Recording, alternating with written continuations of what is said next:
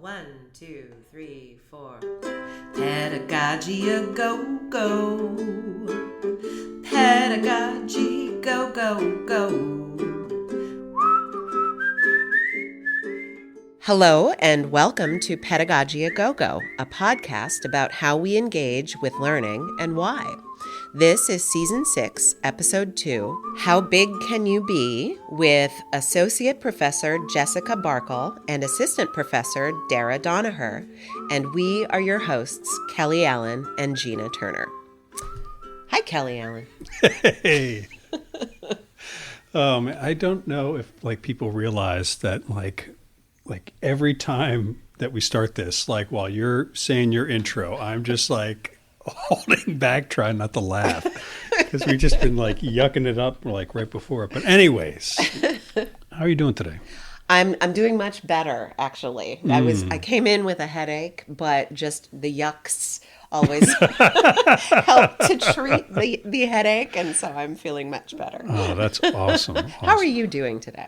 I'm doing well. I took a mostly me day today. Yeah. I think I was sharing with one of you two earlier that I finally created. So I make pottery. So you guys know that. Oh yeah. So and I would like to start selling that pottery. So I created an LTD, and this ceramics partner of mine and I are going to sell some pots. Cool. So I was like, I need to make some pots. So I took a me day. And I made pots. What a great thing to do. It was wonderful. Like that, because you're also doing something that's creative and doing something that's hands-on. Mm-hmm. So that's when I take a me day, it's like binge watch a television show. No, that's nighttime. Oh, speaking of which, have you watched The Lowdown yet? Yes, I love it. Okay, I'm only on episode 4, I think it is. Okay. But my goodness gravy, is that show amazing. It's really fun. It's really fun. I've only watched 3. So don't give away 4. I won't. Oh my goodness, it's so good. But okay, and I'm gonna loop this in to what we're talking about here, and with the ceramics and what have you. I am driven by beauty, not in kind of the classical whatever sense it is, but just the making of beautiful things that make its way into the world. Mm-hmm. Listening to the Beatles, if I listen to a lot of their stuff all at once, I get overwhelmed by that feeling. It's wow, they did all of this in less than 10 years. All these these beautiful things. But when I go and I look at art, and so we're talking with theater folks today. Yeah. When I watch a play, I'm just completely overwhelmed by the beautiful things that we are able to create. And I'm really driven by this desire to be a part of that. Mm-hmm. I want to make beautiful things. And I'm not saying that my pots are beautiful by any stretch of the imagination. But for me, actually making them feels beautiful. Yeah. Well, the act is beautiful of creation, right? So, and I'm sure your pots are absolutely gorgeous, Kelly. Some of them are good. There's a word that I can't think of that's kind of like awe, but it's a better word. But it is that kind of overwhelming awe and joy that you feel watching something that's so precisely and with so much care being made. And I know what you mean. It's a simple example, but I was driving in today and I heard Midnight Train to Georgia by Gladys Knight and the Pips. Mm-hmm. And that is just a perfectly crafted song. Those Pips, they're back there narrating the song to us as she's, heartfelt, pouring her heart out. Yes. And I kind of had that feeling just listening to that song, wow, this is so amazing. Yes. So I'm really excited to get to talk to some art folk today in our podcast. We get to have Associate Professor of Theater Jessica Barkle and Assistant Professor Darah Donaher of Theater and Communication. I guess the department is Theater and Communication.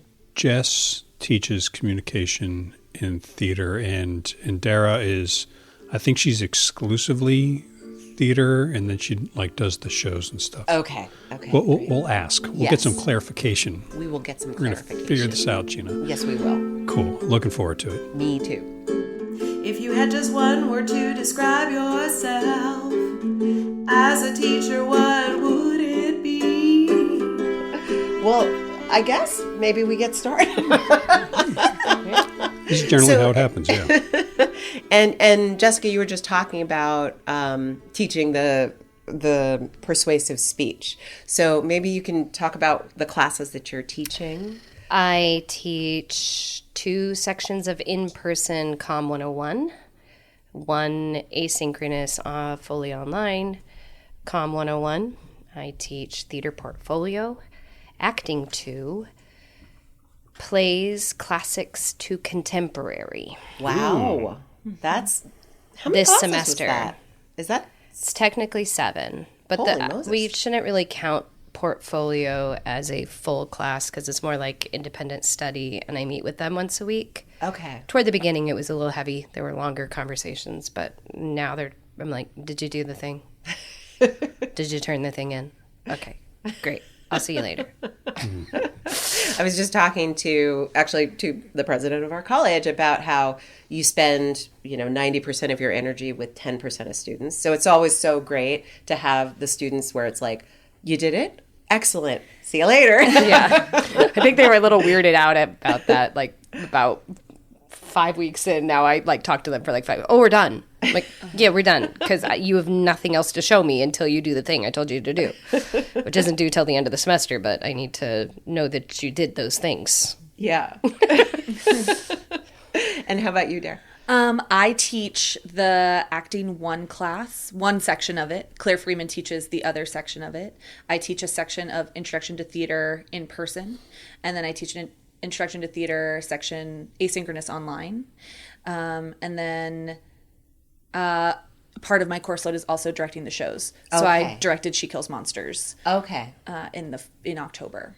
Okay. And then I pick up with Circle Mirror Transformation. We have auditions tonight and tomorrow for Circle Mirror, so that counts that'll be in January. Okay. Yeah. So when we're not directing, then we might get extra. So we kind of fluctuate on that Got it. scale. Okay.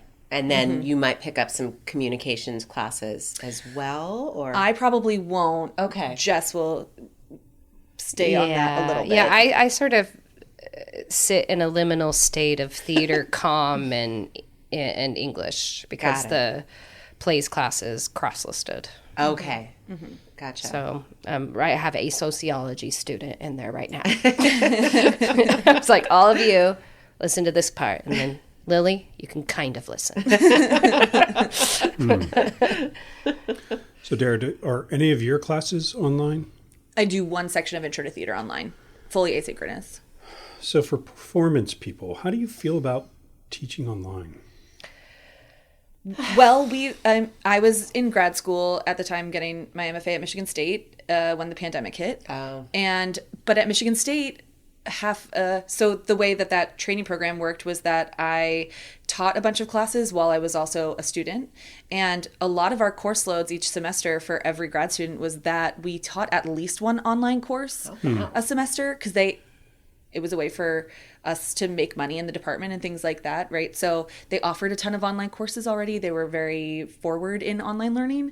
Not much of it was performance-based, but I felt like I had a handle on a lot of those kinds of things. And then pandemic, we did all have to switch, and I was teaching my own sections of acting classes as a grad student, and Jess was teaching acting, and we had to pivot online.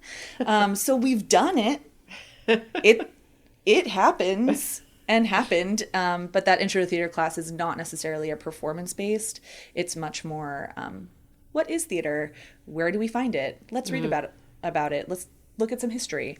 But performance online is a whole subject in itself. Yeah, I mean, I taught musical theater. I taught movement. I taught voice for performance. I taught all of my performance classes during the pandemic for about 2 full years. And I think that cohort that came out of that, I would say the only thing that was bad was voice. You can't truly test, because they had microphones, what they were actually producing. And so when I started casting alumni into some of our season shows, it was obvious that had lacked. So I think it is possible to teach those performance courses, and actually the industry has pivoted to that. They make you have your auditions for dance are on reels now. You need to know how to record it. Your singing is all recorded now. Your auditions are typically recorded. Everybody left their offices that they were paying for in New York City and work out of their home now to save money. So you send in your auditions. Wow. And so even though I wasn't a fan, it's too late. Like the industry shifted after. So having to teach them how to perform, utilizing that two-dimensional space is important. But voice for performance, I wouldn't do that again online ever again. It didn't work. Yeah. So what has been the impact of this shift? I guess like first on the industry, but then also kind of like when you're teaching, like what kind of students are coming out of that environment? I mean, there's 2 answers to that. Like even at NCC right now, I know we have some students who actually stopped being theater majors during the pandemic and they're back. And they don't necessarily know the students who maybe started last year but are now in Acting 2 because they took Acting 1 with Bill Munimer during the pandemic. And so you kind of get to see that generational shift of the traumatized one versus the one that's been fully in person, but maybe had high school / middle school during the pandemic. You have that side. But the other thing is that because they have to, when we were relooking at our program map, it was very important to me that they understood and maybe worked more heavily with Mario's program in media and have switched our voice class that we had, because we had like a 1 credit movement and voice. That's not going to help them anymore. So we wanted to make sure that transferred. We looked at other schools, and I noticed not even our transfer partners had anything regarding voiceover work currently, like what we're doing for podcasting, and that idea of learning how to do this technical aspect, which they are going to be forced to do on their own when they have to send in self-tapes during audition season.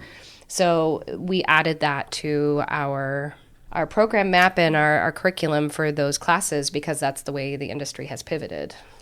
That's so interesting, because one of our colleagues has a daughter who is, trying to work as a performer in New York, and one of her issues is that because it's all recorded and sent in, now it's not 100 people waiting in line for the audition. It's 1,000 people sending in audition tapes. Yeah, and I did the thing where I stood in line in mid-January when I first moved to New York, and you sign up on a list. The non-official list doesn't even exist anymore. So now like lining up and putting your name on this list and going home and coming back like isn't a thing. Now you have to go.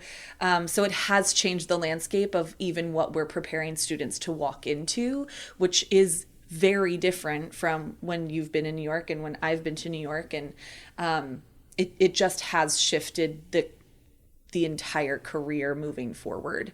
But it's nice to go to conferences and talk to other professors about like, how are you dealing with, and talk to casting directors and for them to say, in-person auditions aren't going away. We're guaranteeing they're not going away, but first step might be to screen now. Yeah. Okay. But then the access does open up. Yeah. Right. All of a sudden the accessibility is more. Yeah. Oh, it's amazing. So, like, as a mother, it's impossible to try to continue being a professional actor or director if I'm always having to pound the pavement. You just leave the industry at some point because you can't. But now I can. And I've had a whole different career post-pandemic as an actor again that I didn't expect to do, because I was just like, my life choice, this is more important to me, and I cannot spend 5 hours to wait in line. And I'm a union member, so like I get to, I'm on the list, but that doesn't even guarantee me the amount of time that I have to drive down to New York City or to those places to get that spot that I have received and then wait my turn. It still takes time because there's other people on the list. Yeah. This has opened up that equity and that inclusion in a way that is amazing. Wow. And I think if we look back at teaching, I think something that I spend time on now, maybe more than I did before, is just like basic of you need to make eye contact with each other. And how do we actually look at each other, and playing games in person, right? We were able to play some games. People kept coming out with all these different like drama classroom online Zoom games. And so like you try all of them and you pass the ball and right, but it's all online, and we did the best we could. But having them back in a room to actually play and be like, it's okay to look at this person and really engage in a scene. And that has been, I think, things that have formed since. And we're learning like that is a skill. And even without Zoom, that students who are on their phones all the time or they're not used to the personal interaction is something that I hit on more than I had in the past. That's so interesting. And it also makes me think about how much they're seeing performance on, say, TikTok or Instagram or YouTube, or you know, that people are producing their own content. You know, I have a couple of little accounts that I follow. I love a vlogger. Hilarious. Yeah. They're absolutely hilarious.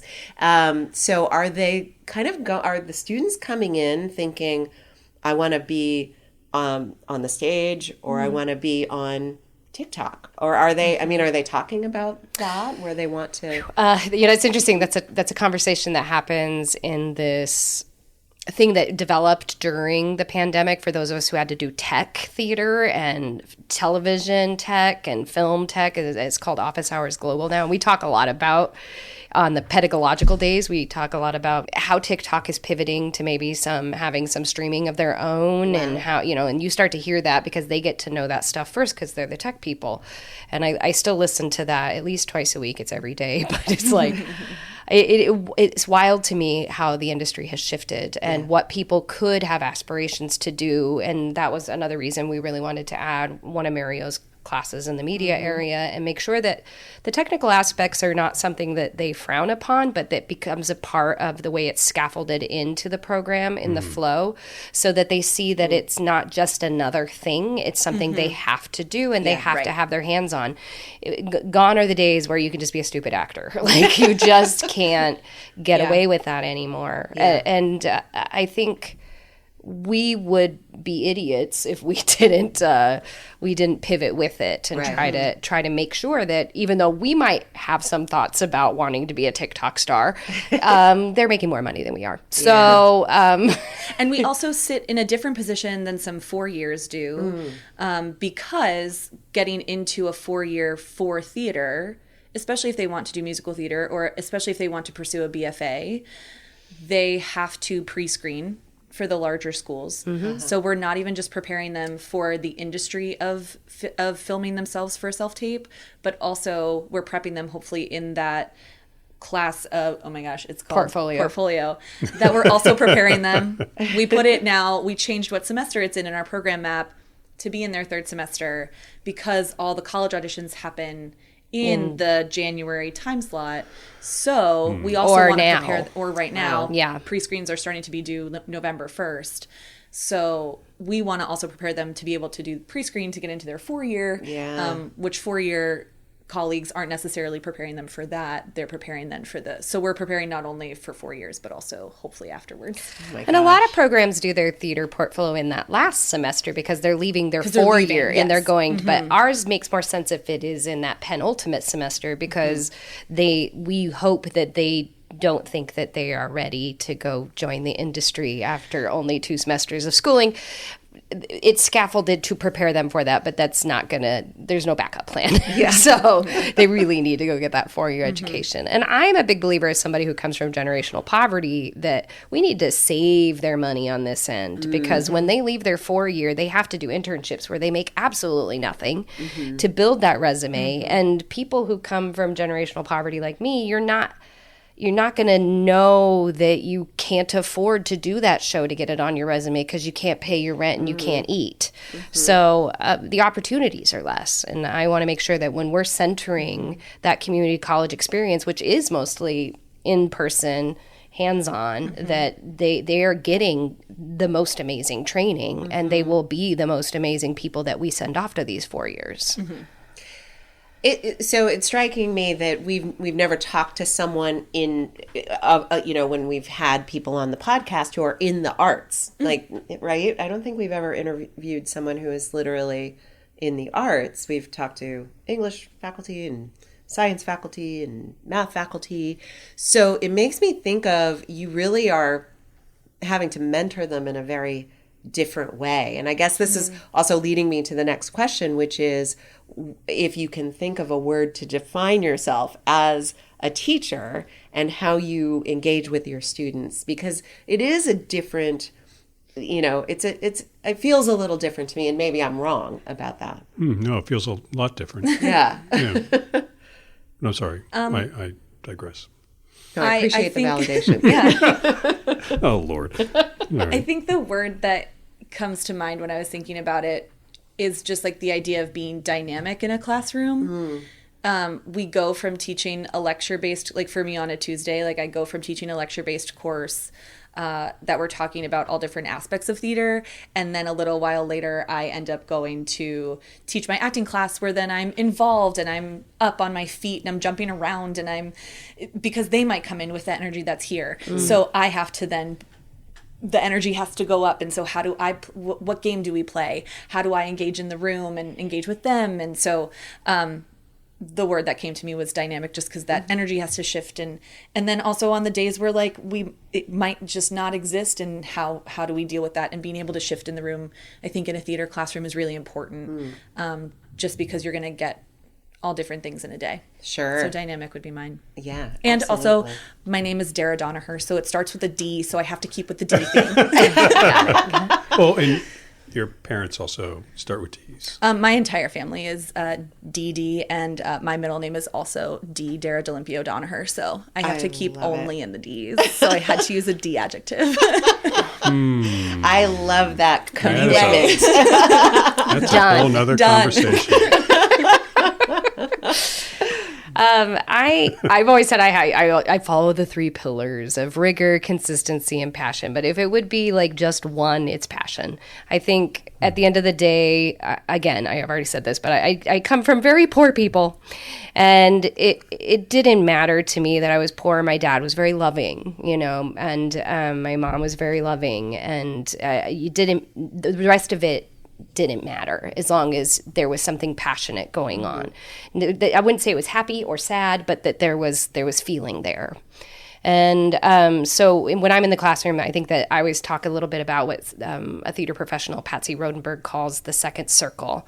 First circle is kind of what we're all doing right now. We're kind of sitting and relaxing and making this very conversational and fun.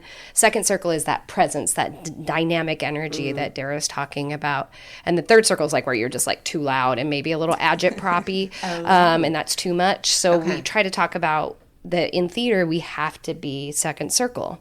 Maybe in film, we're a little first circle, but because their audience is very small, and whereas the canvas of the stage of theater is much bigger, we do need that second circle performance. And I don't know how not to do that anymore, to be honest. Like I've been teaching college since 2008, and I just don't know how to not be on the balls of my feet and always forward. Yeah. So passion. Well, I love that framing. I've never heard it before, that first, second, and third circle, because it strikes me that we all have to negotiate those circles as instructors in the front of a classroom, right? And also kind of move, definitely between 1 and 2. And sometimes when you're trying to get that energy going up in the room, I know, now that I have a name for it, I know I've been in third circle, and it's been unfortunate. That is not good for anyone when I'm there either.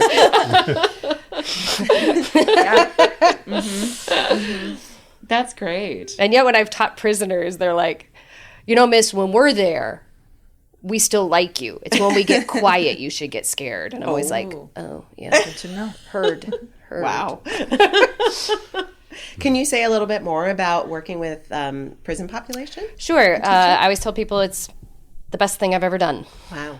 And no one ever sees it. So, because it's so specific. But I've done it. I started doing it when I was in AmeriCorps in New Mexico. I worked in both, so youth detention for both boys and girls. And then I started teaching college in medium custody and maximum custody with Walla Walla Community College at their Washington State Penitentiary through the Sunshine Lady Foundation.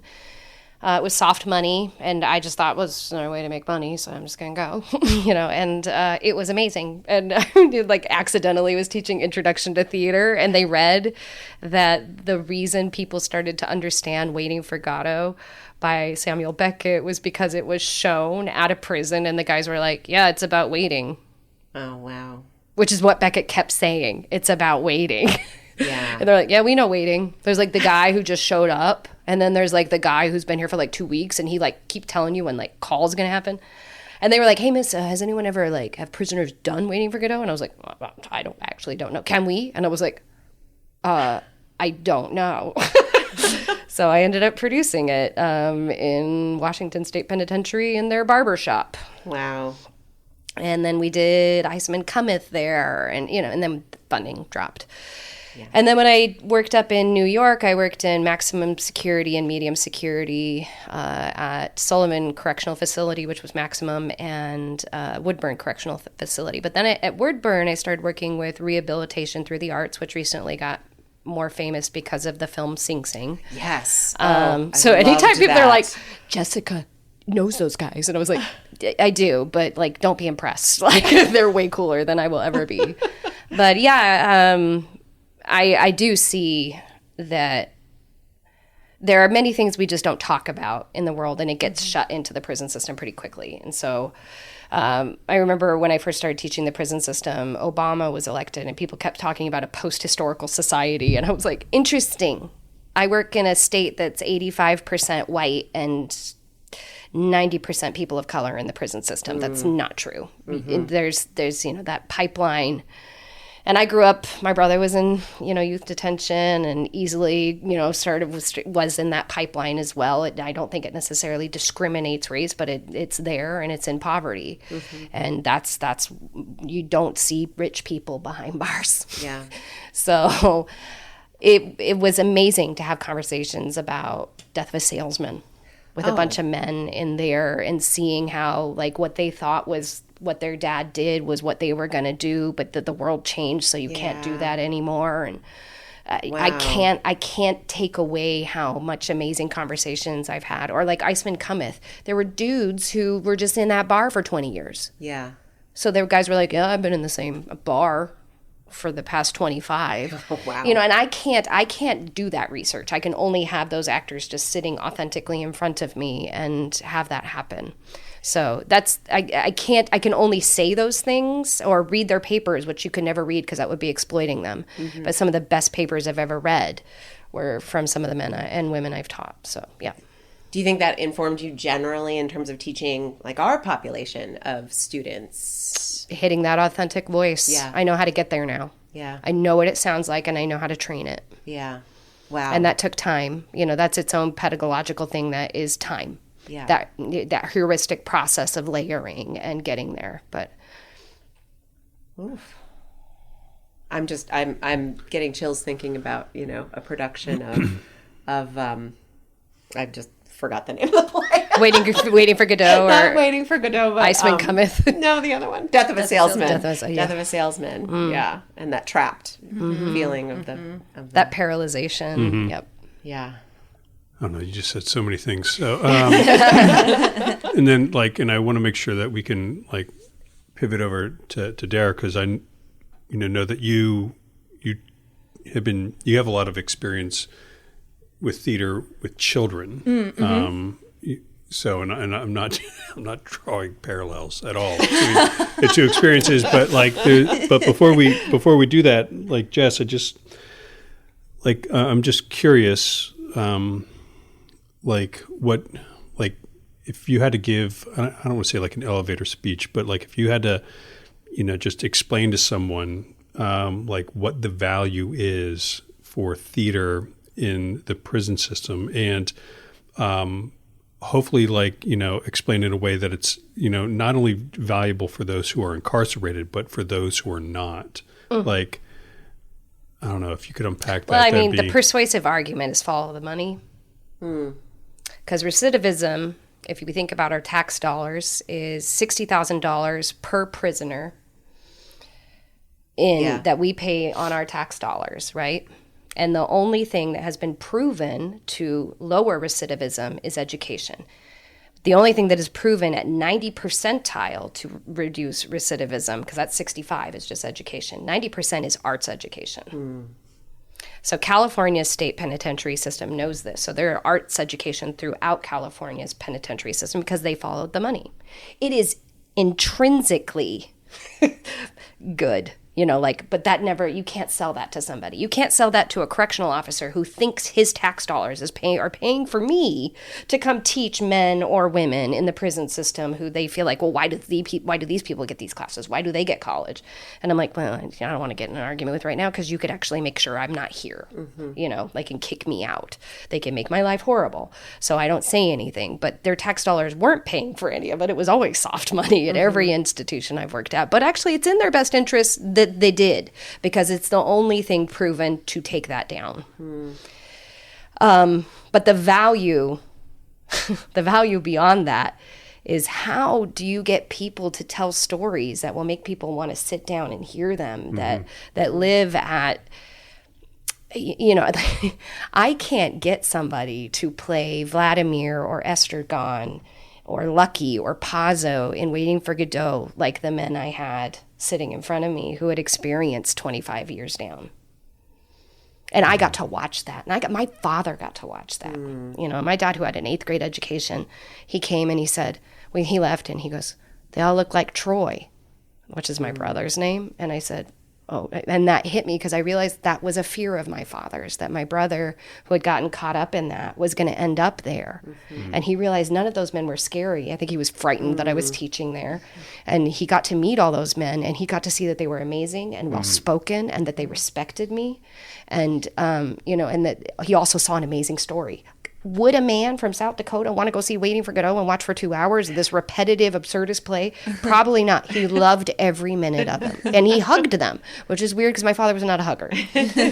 So for me, it's like you take this, my father, who I look at a lot of things from my father's point of view, is this idea of anybody can go see a story be told. And if it's done in an authentic way, it's going to hit you. You can follow the money or you can follow the story. Yeah, but what I'm kind of also hearing in that kind of thread is, like, when getting the opportunity to, witness one of these productions, so for the people on the outside looking in, like it's an opportunity to understand that, that these people are not defined by their incarceration, and then. And I would have to say that the same is true when you look at it from the other way, that that these individuals can, it's like, I am not defined by what I'm experiencing right now, no matter how much kind of, the outside world wants to kind of brand that label on me. So, I mean, the sense of penitentiary and penitence, like this idea of time served for the crime that you do. And I've never taught a man or a woman in the prison system who was proud of what they, or felt like they were a product of what they came from. I actually got a man who just yelled at me one day. He was like, no, I had good parents. This was absolutely on me. He's like, don't try to think that I was a product of something. And I was like, oh, he's like, I'm serving my time because I should serve my time. And in RTA, my boss is a man who served 28 years, and I've learned a lot from him. He was like, he can sense off of some of the men we work with through RTA. He's like, that man hasn't really accepted what he's done to his victims. Yeah, and then one day he was like, he knows now. And like he could tell after having some deep acting or being in a show, because I did On the Waterfront with them, and I was and I was the actor in it. It was different because I'd always been a director, but this was the first time I was like an actor, and I got to hang out backstage with them, and we got ready, and we were all nervous together, and, it was really crazy. But my boss comes up to me and he goes, that guy, he knows now. And I was like, oh, that's amazing. And I kind of looked and I could see that he was sitting over with something, because the character had brought something out in him that you couldn't have taught him unless he had been forced to sit with it. Well, I am making the link back to theater and children, because it is such an empathy building. I mean, and self-awareness and emotional intelligence building exercise to do theater. I mean, it is, right? So it is. I mean, I'm sure you can see transformations in children that you've worked with. Yeah, I think something that Jess said that hit me was so I work at Pennsylvania Youth Theater, which is an after-school programming that kids come to PYT. Through PYT, I also do outreach into our local schools. So I even go into the elementary schools to do workshops, whether it be for a certain grade or if it's over the summer. But I've spent a lot of time, and I also worked at Moravian Academy's Swain campus as their theater teacher. So in all of these ways, like at Swain, they had to take my class. It was one of their specials classes. So they came to my class because they had to. Now, some of the kids loved it. Yeah. Right? Theater was their thing. They were so happy. When I go into an after-school program, usually they have signed up for it, but it is something, hopefully, that is free to them. That those are the schools we go into, right? So we're getting funding from somewhere, whether it be the school or United Way or something, that we have gotten money to go into the school to do a programming. And then at PYT, again, hopefully the students who are signing up want to be there. So I've seen all the levels of it, but something that Jess said, which was when, especially I'm going into a school where they might not ever see theater again, or this is their first thing, sometimes the theater part is what keeps them there for the day. It's what gets them to school in the morning. It's what I'm the director at Liberty High School for their shows. So many of my students come up to me and it's the best part of my day when I'm here, right? Or I wasn't going to come to school today. I wasn't feeling great, but I'm here because I wanted to go to rehearsal. Now, if they're sick, they need to stay home. However, if it's just like, I wasn't sure, I was going to take a mental health day, but I wanted to be at rehearsal, and they know they can't come to rehearsal unless they were in school, that's their part of the day. It's the same with band. It could be the same with their art class. Like the arts, a lot of the times for a lot of our students, K through 12, is the thing that gets them to school. It's the thing that keeps them at school. It's the thing that diverts them from, I was going to go hang out with this person, but actually maybe this person, right? It gives them other opportunities. And I think it is part of that is that it's what keeps them going. So I see that part of it. And then, I think confidence building, empathy, compassion, joy, they get all of it when they either they see a show. Sometimes it's just simply by coming at PYT for our school shows. We bring in 250 students a day to see our school shows. Oh, wow. And for so many of those schools, that could be the only time that student sees theater, or it's the first time they see theater. And so they're 6 years old in kindergarten. And I remember sitting in an audience at 6 years old and being like, I've never seen anything like this in my life. And how do I do it? Right? Yeah. And so like that's the thing then, that they get to go home. And I start with my littles, I start class by talking about how do you play dress up at home? And that's what we're going to do. And playing with your imagination and is freeing.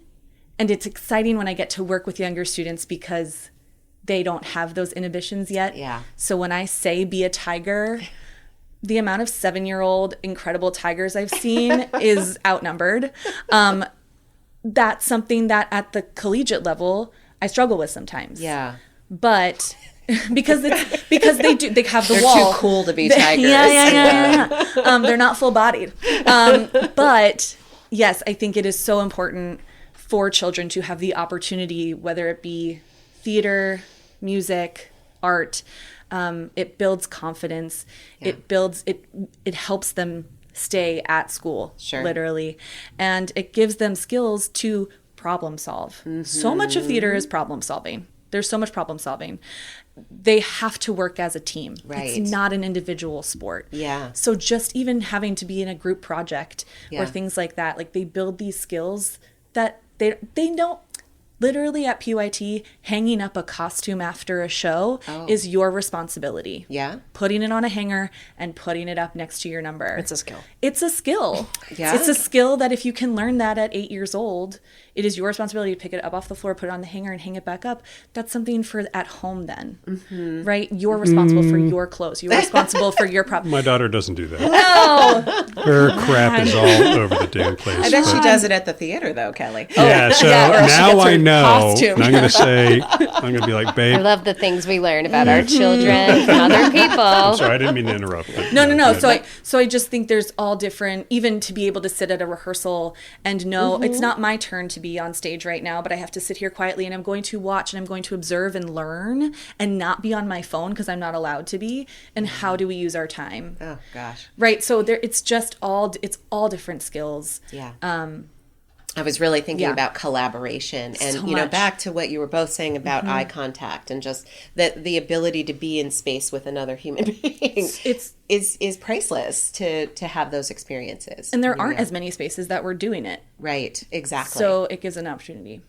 What is an exercise that you do with our NCC students that you just love, that you really do feel like helps them to build authenticity, helps them to build that collaboration? I just finished my they do like in my intro to theater, I have a playwriting assignment for them where they come in, they've thought about dreams that they've had that they remember if they do, and they come in and they share these dreams and they have to create a 5-minute play. Most of them it's longer because they get so excited. A 5-minute play, but they have to write it, they have to act in it, they direct it, they have to bring in props. But the amount of fun that they had with being like, at first they're like, what? Because it feels so daunting.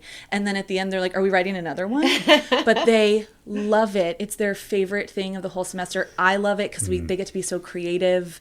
And there's parameters and things, but watching them go from in a group of 5 and then a few weeks later they're performing this play, it's just so joyful, and they watching each other have so much joy, and it's like the loudest cheer you'll ever hear from the rest of the class that their classmates did it because they also did it, and they're having rehearsal outside of class.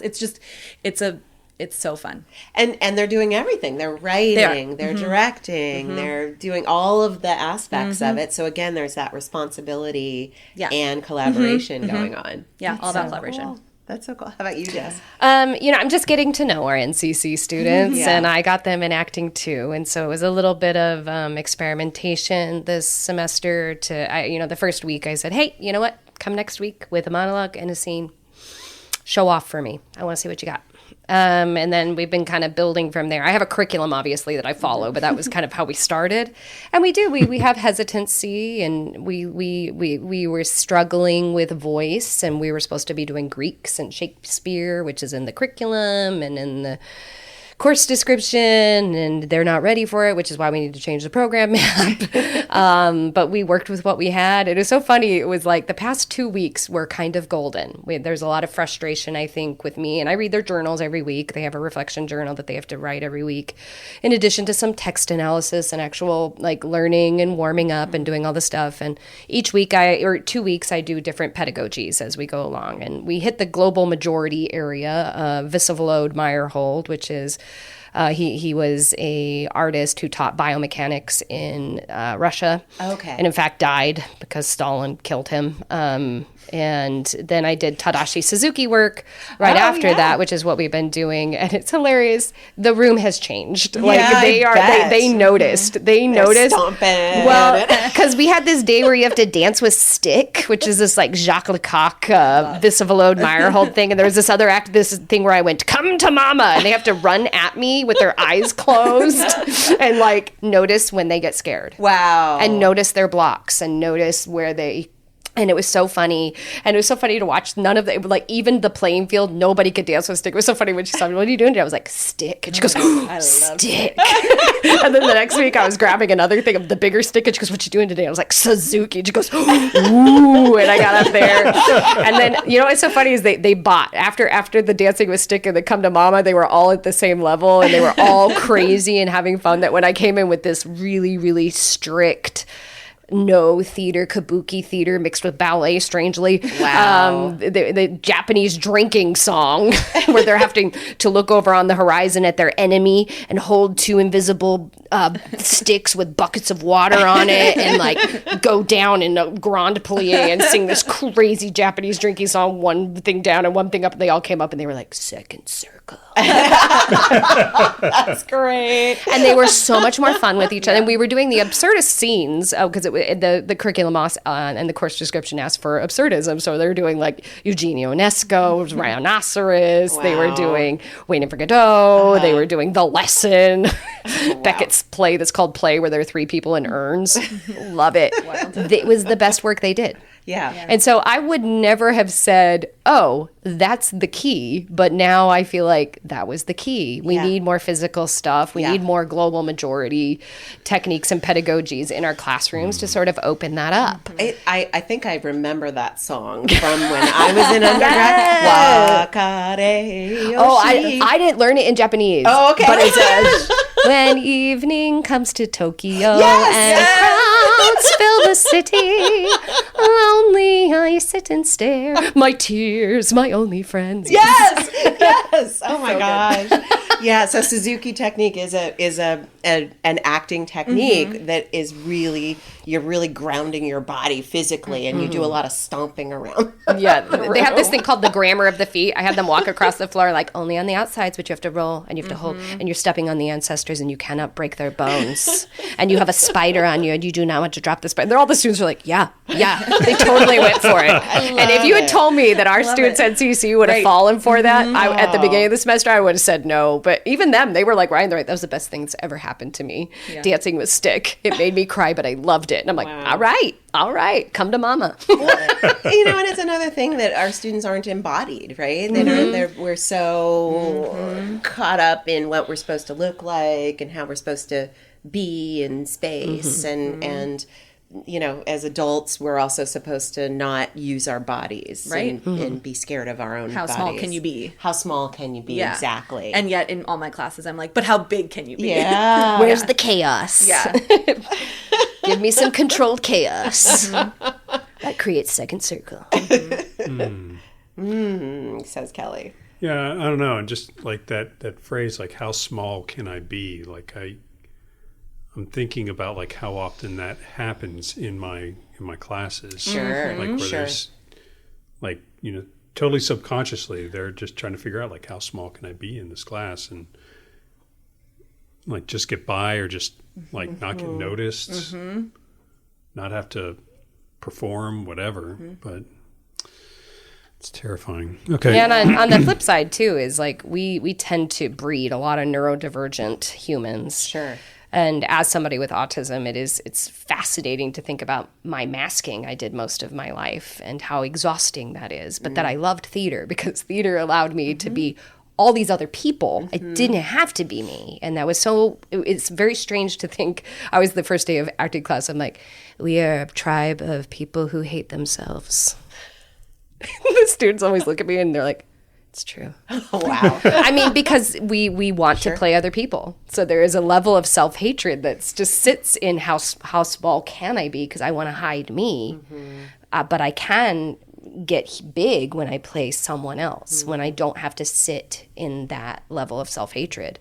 And so it's freeing, and that embodying is wonderful.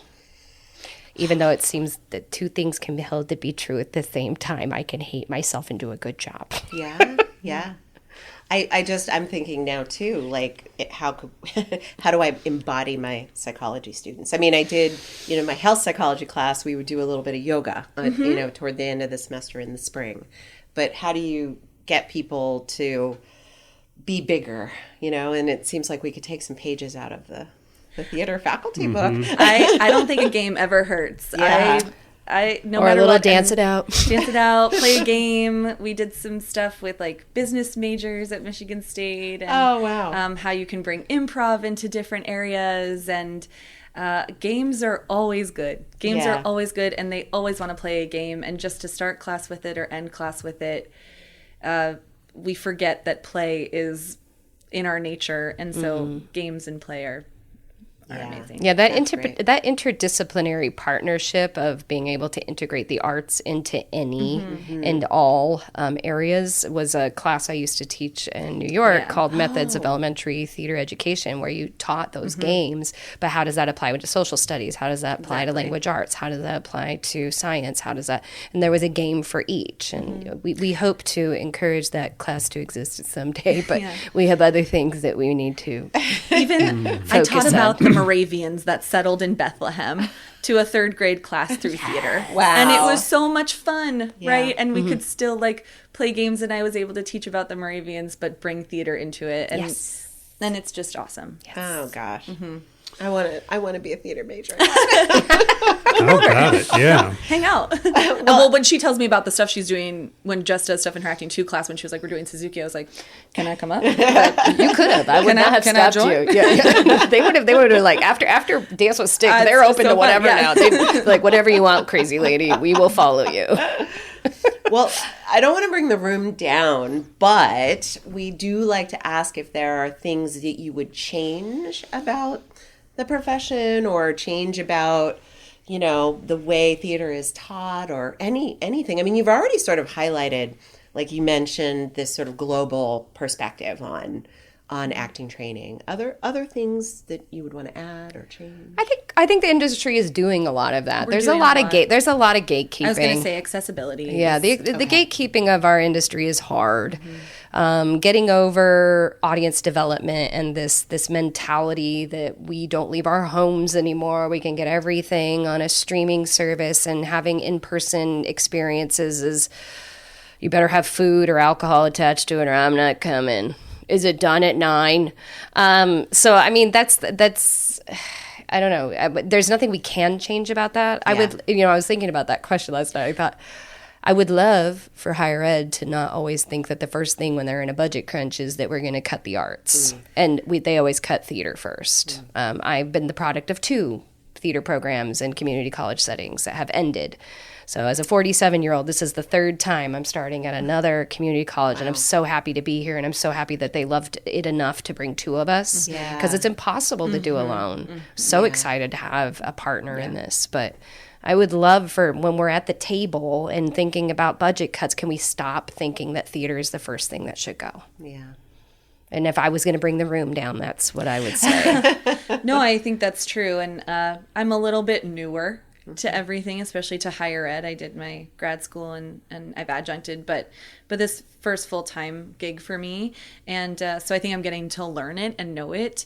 But just in general, accessibility, I think, is one of our weakest that I wish we could do more for. I think the hardest part of we can offer online classes, but it's not the best online, or how do we make it better online so that we can offer more online, and then more people can take it, and more majors could take it then, because they can't fit it into their class schedule, but they would love to take a theater class. And so I think the accessibility of it is something that I sit with and I go, wish it could change. How do I change it? Right? Yeah, It's that I'm sure I could do something, and it's the finding the what. Yeah. 6 years ago, I was a little upset with the Kennedy Center American College Theater Festival and how they were treating community college students. And my students in particular at the time felt like they would only choose the big 4 years, and they were the only ones who were winning. And I thought, okay, well, maybe like cheerleading, we should have one that's just like the AA and the AAAs, and maybe the community colleges. And the students were like, no, because then that's dumbing it down. And I was like, oh, okay, I hadn't thought of that before. But I thought you can only change from within. So I joined their boards, and I joined what at the time was called Representation, Equity, and Diversity, but it's now called Building Opportunities Through Leadership and Development. But for me, being a part of that executive committee in 2 regions now, and being able to really talk about access and bringing a sensory room or a Zen space for neurodivergent people, because there's a lot of us in theater, having that ability for somebody to go reground themselves because they need it after having a tough day, a tough round, and they're a place that they're not used to.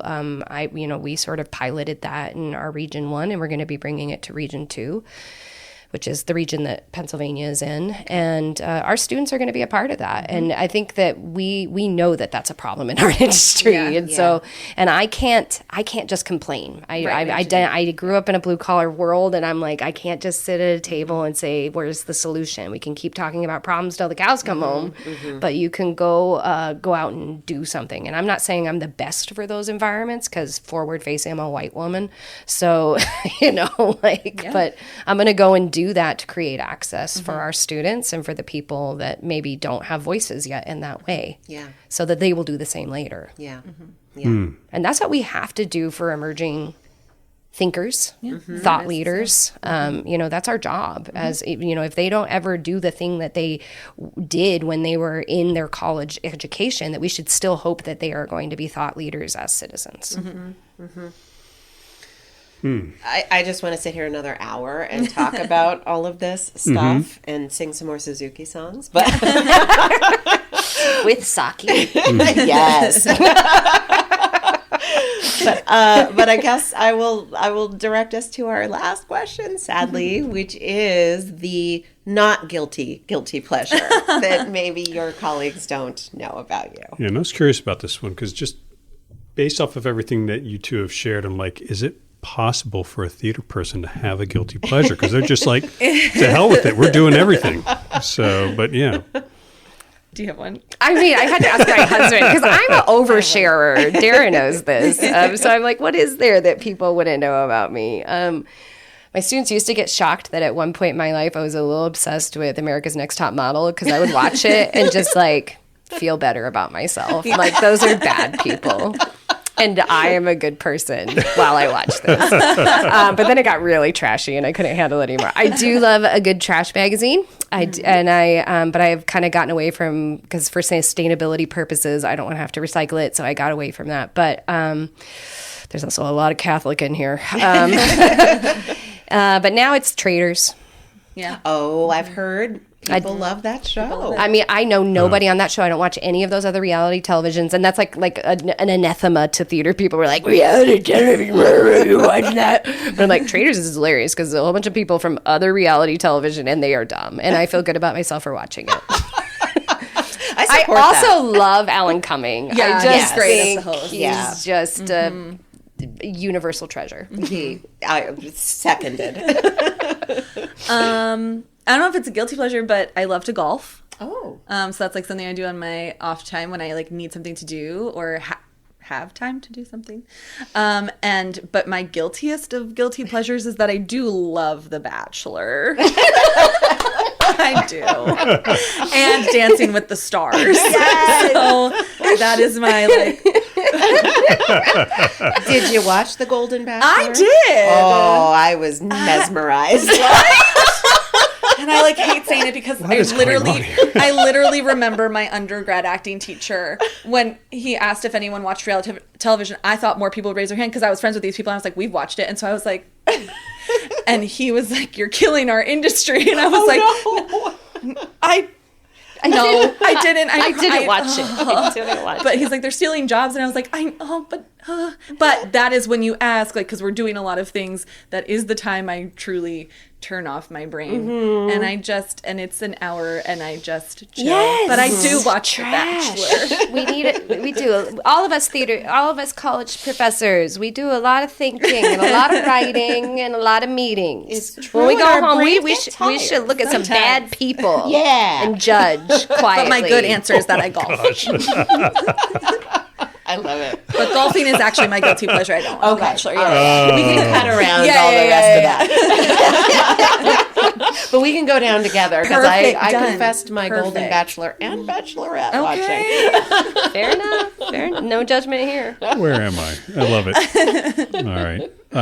Well, thank you both for being here and being a part of the show. It was just an absolute trip to learn from you and just kind of I don't know, just bask in your bigness. Thank you. It was so fun being Dynamic here. and passion. Exactly. Dynamic and passion. Second circle. Second circle. It was incredible. Thanks so much. Thank you for having us. Thank you for having us. Thanks so Yes, much. thank you so much. This was awesome. Pedagogy a go go. Pedagogy go go go. Wakare. That was awesome. like I don't know, just totally hoping that someone's going to bust out into song and dance, and then boom, wish granted. 3 theater people. That was wonderful. You can't hold us back. So, and I think, did you mention somewhere in there that like this is the first time that we've talked with someone from the arts? Is that true? As far as I can remember. Okay, well, past guests, if you are from the arts and we forgot you, I'm so sorry. We talked to Abby, and Abby's a poet. She's a poet, and she's the first person that I thought of, yes. Yes, so that is true. So, and I'm sure other people have creative endeavors that I am glossing over. Sure. There's Andrew. Yeah, exactly. And, and his DJing. But, exactly. Yeah. But like, they teach this stuff. Like, I didn't know what to think about kind of like the teaching of theater as part of an associate's degree. I've got a child who is like deeply immersed in musical theater. But even with that, I wasn't quite sure like what it looked like on the collegiate level. Yeah. And my goodness, like I feel like I wanted to say this like kind of like half jokingly, but mostly seriously. I was like, should it be required that all students take a theater class? I was thinking the same thing. Like that thing, like the Criminy Christmas. What? I just said Criminy Christmas. You did. What's wrong with me? I love it. It's that most wonderful. Okay.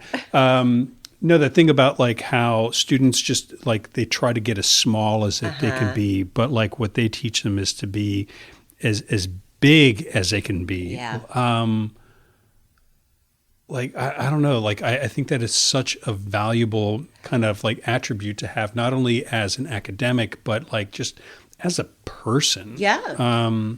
I mean, I'm so glad to hear you say that, because I know I'm biased because I did have the background of majoring in theater in undergrad and doing community theater. And so I personally, the value of it is just simply selfish because it's fun. I loved doing it because it was fun.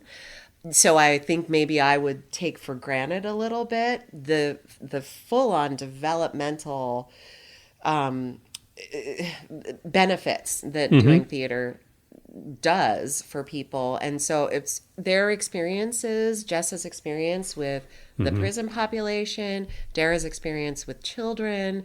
I mean, this whole life cycle basically of what it does for people and how it highlights, and Jess also made that point about masking, and she talked about herself as an autistic person masking as a normal person. But we all mask as adults, we all are pretending to be adults. And how great it is. I'm sorry, I could talk about this for another 14 hours. Yeah, no, absolutely. It's intoxicating. Yeah. It really is. And, so you mentioned a word that I think needs to be used like more often in higher ed, and that's fun. Yeah. So I think was it Darah who had mentioned that like it's their classes why like their students come to school for that day. Yeah. And like immediately I was reminded of my experiences in high school. Like I hated high school, but I went because I wanted to go to art. So it's like that was like the place where I could be me, and it was just absolutely wonderful. So like I'm thinking, and like I'm dead serious here, that maybe like if we want to talk about like retention levels, let's talk about like injecting more art Absolutely. into our curriculum. Just give our students something to look forward to. Yeah. Well, we keep talking about multimodal, methods of students preparing work, doing their final projects. And then, I got so excited when they were both talking about wanting to do a kind of, how do you use theater to teach all these other different disciplines? And I'm like, please do that. Please do that. Yes. If nothing else, do that as a CTLT workshop or something, but I didn't want to give them work. But, and also that, oh gosh, and the idea of creativity is so necessary for everything that we do in life. Like we need to be creative. We need to be able to be adaptable in life. So why wouldn't we want to inject that in all of the coursework that we're doing? And for me, when she mentioned band, that was what got me through high school, was being in the marching band. Yeah, same. Yeah. I almost forgot about the band. Yeah. But yeah, I don't know. It's just, as you've said a couple of times, like, I could have just like kept talking to them like just all night long. Yeah. So for our listeners, it's presently after 5:00 p.m. So I don't know why I needed to add that detail, but there it is, because I'm having fun. But yeah, no, hey, I could have just kept going on. And then like the earlier part about, like teaching theater, like this very physical thing online, that's something that like, I had several questions in my head, and I was like, Kelly, keep your mouth shut, because it would have put us like totally in the weeds. We would have never learned about like their not guilty pleasures and what have you. But, I just think that's fascinating. Like, not only did they pivot, but it's like they're still embracing kind of the physical element, but they're using that pivot as a way to kind of, as a strength in their programming to help students for the reality of what is theater. Right. So I don't know. And I feel like we need to bring one of our ceramics faculty in. That would be great.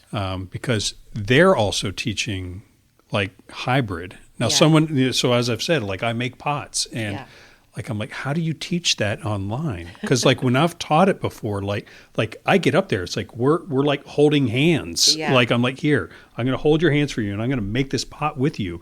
And like, how do you do that online? Yeah. But like the way that they just do it with such like grace and professionalism is just, it's so inspiring. Dynamic and passion. Yes. Mean, they both, not to be glib, but seriously, that's what they absolutely exhibited, in their ability to, in their desire, I think, to continue to want to give the full experience to their students, no matter what the circumstances. Yeah. Wow.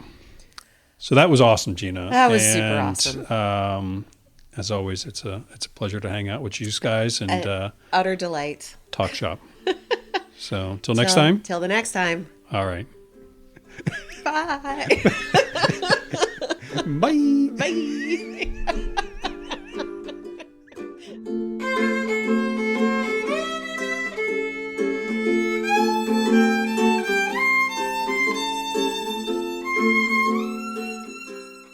Thank you for listening to Pedagogy A Go-Go, recorded in the Center for Teaching, Learning, and Technology at Northampton Community College in Bethlehem, Pennsylvania. Our producer in all things technology is Jeff Armstrong. If you've got any questions, please send them to pedagogyagogo@gmail.com, and be sure to follow us on social media at pedagogyagogo, and click into our bio for copies of podcast transcripts, guest assignments, and other useful tidbits. Until next time, this is Gina and Kelly saying we hope your day is filled with wonderful learning experiences.